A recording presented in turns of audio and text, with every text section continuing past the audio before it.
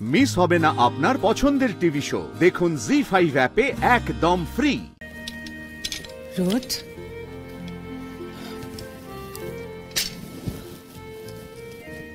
বলছি সারাদিন তো খেলি না, নিচে নামলি না খেতে।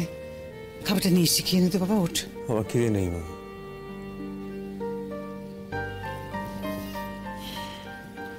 খিদে আছে রে, খাওয়ার ইচ্ছেটা নেই।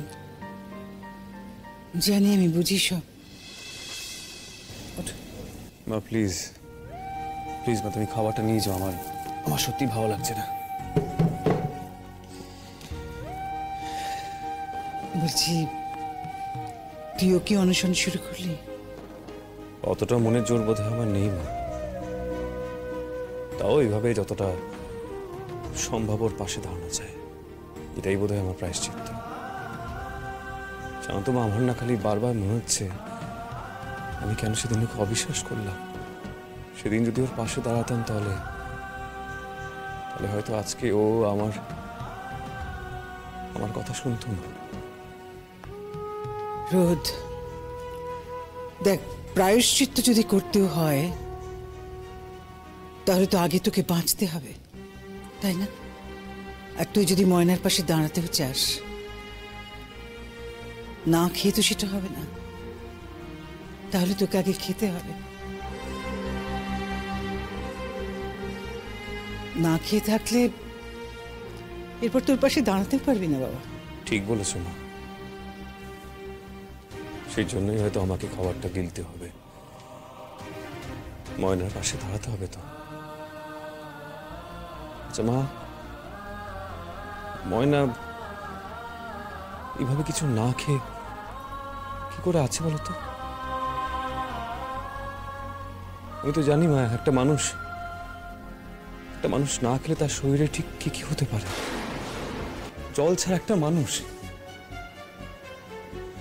তো শরীর ডিহাইড্রেট হয়ে যাবে মা। আস্তে আস্তে সমস্ত অর্গানসগুলোতে এফেক্টেড হবে। কিডনি এফেক্টেড হয়ে যাবে। কিডনি এফেক্টেড হলে আস্তে আস্তে ওর হার্টও এফেক্টেড হবে।